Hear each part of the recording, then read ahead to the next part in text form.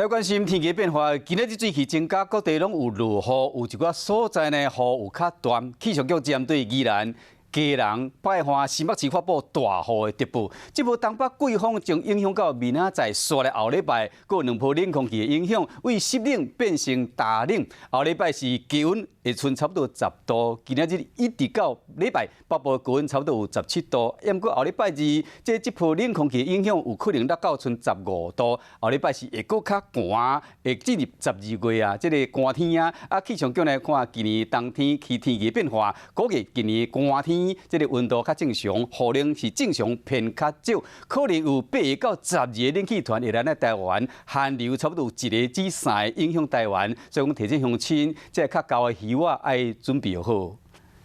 有时阴天，有时雨天的台北，拢看无101，车路有当时淡，有当时搁大。受东北季风的影响，加上南风混合雪日，风头边的大台北和东半部地区有局部地暂雨。拜六礼拜天气北中南低温伫17到20度，虽然礼拜温度有较低，不过到后礼拜搁有2波的冷空气。而到下周2有提到锋面加冷空气的影响，北部地区、东部地区感受都比较偏冷一点。下周可能在周5、周6附近有另外一波锋面通过。到时候又有另外一波冷空气南下，这波冷空气的南下可能还是在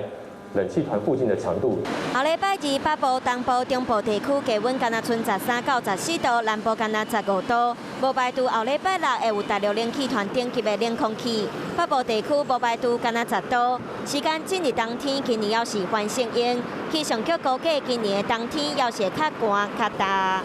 那今年的反声音跟去年的反声音比较起来，强度有略微弱一点，还是有一些将近10个前后的冷气团会到达台湾地区，其中可能有